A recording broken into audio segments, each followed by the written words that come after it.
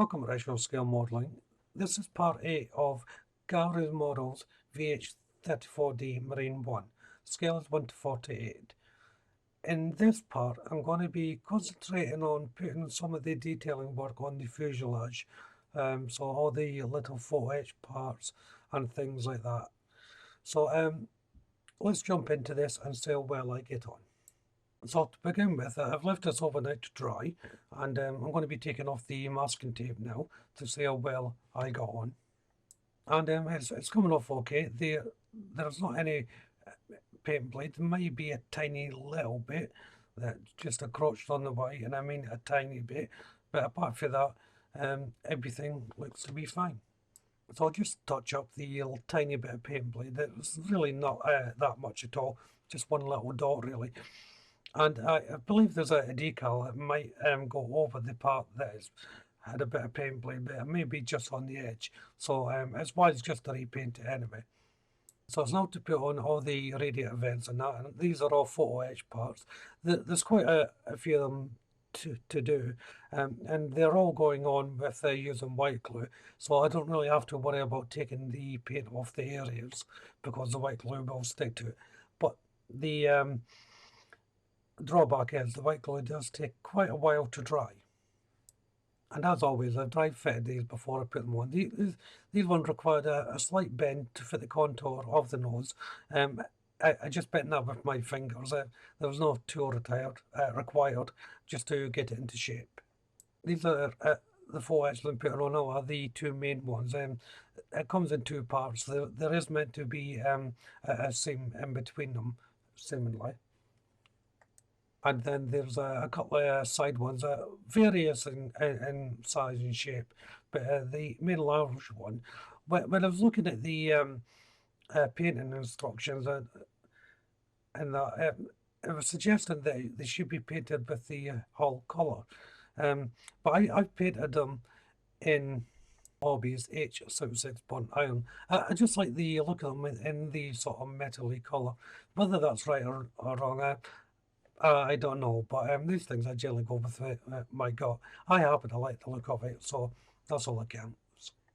And so far, these four edge parts are fairly simple to place on. I'm now replacing the exhaust that I broke off the engine in the previous videos, and that just sits in there. It sits on the engine itself. It's easy enough to put in. Going back to it, I think it was probably me that didn't get the position in the proper position to start with, you know. But it was an easy fix, and because I've got it all sealed up, you're never going to be able to tell that it's not in the proper position. Next is to fit the winch. Now, I've deassembled the winch. After looking at the build, I thought it would be better to assemble it while it's on the hull of the helicopter. It just makes it a little bit easier. The most fiddly part is actually this part, is trying to get the main unit in position. So I'm just going to rest it in its little location point, then just let it sit there with my tweezers just to hold it so it doesn't fall off.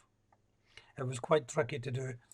In the end, I had to sort of rig this little thing up just so it didn't fall off. But it was the best way, because next is the putting in the struts. And with the struts, I'm just going to anchor it onto the fuselage into its location, and then once I'm happy with the position, I'll just push it onto the winch itself, and it should line up with the location points on the winch, which it does. But as I say, it was quite a long process in the end. I had to drive for this a few times just to make sure I got everything in the right position. And it was the same again with the opposite side. Just anchoring it and then laying it on top. And this will need a good hour or so for it to fully dry. And once it was stable enough, I was then able to put on the steps. There's two little location points for this to sit into. They go on quite easily.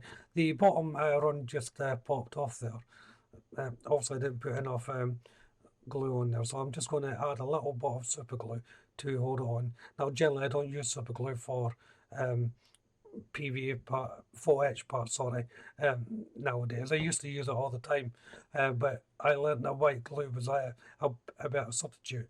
But it takes a long time to dry, so I use the super glue. And now everything's in dry in place, I'm adding more photo etch parts.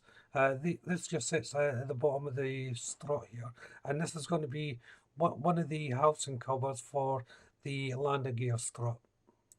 And then there's some framework to be added to this. I think this is for footholds and stepping up onto the aircraft. And of course it's the same on the other side. Actually, this angle you can probably see it better. So the housing for the strut is going in first. And then the two little square frameworks are going in. These just get pushed in to these little location areas.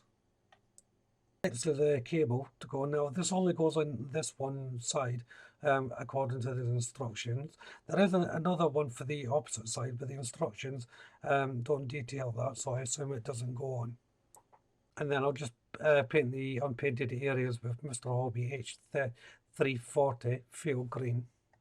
And I'll be doing little paint touch-ups like this as I go along. Before I put the canopy on, there's a little bit of work to be done here. There's some sort of lip thing. I have no idea what it's for.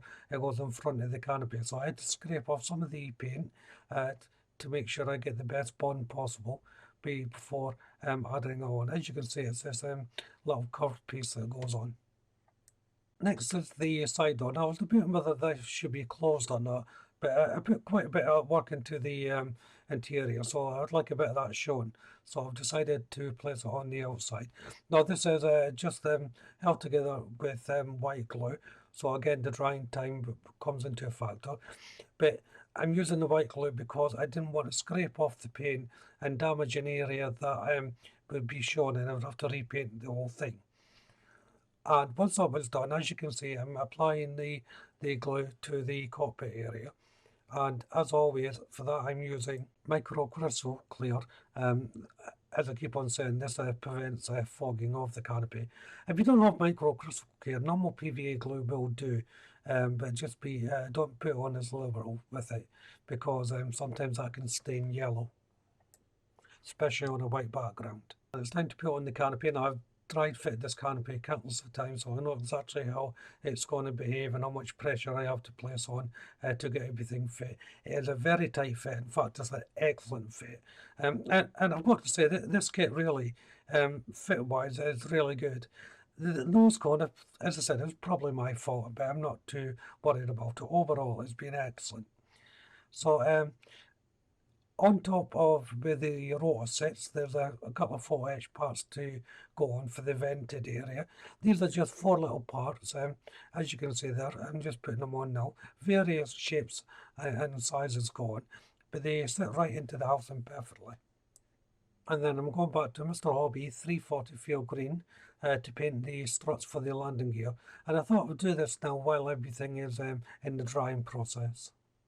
And then to make up the main rotor mechanism, there's 1 or 2 little stages to do here, but essentially it's just building up on each one with there's very small location points, as you would expect for this, but it just essentially sits on top of each other. And as I'm building it, this is where I'll leave part 8. So if you haven't done so already, why don't you check out the channel for my other builds? If you subscribe to the channel, please do so. Hit that notification bell. That way you'll be kept up to date not only with this build, but all my future builds as well, of course. Hit the like button. Don't be afraid to leave a comment. And of course, you can share the video. But for now, thank you all very much for watching. Bye bye.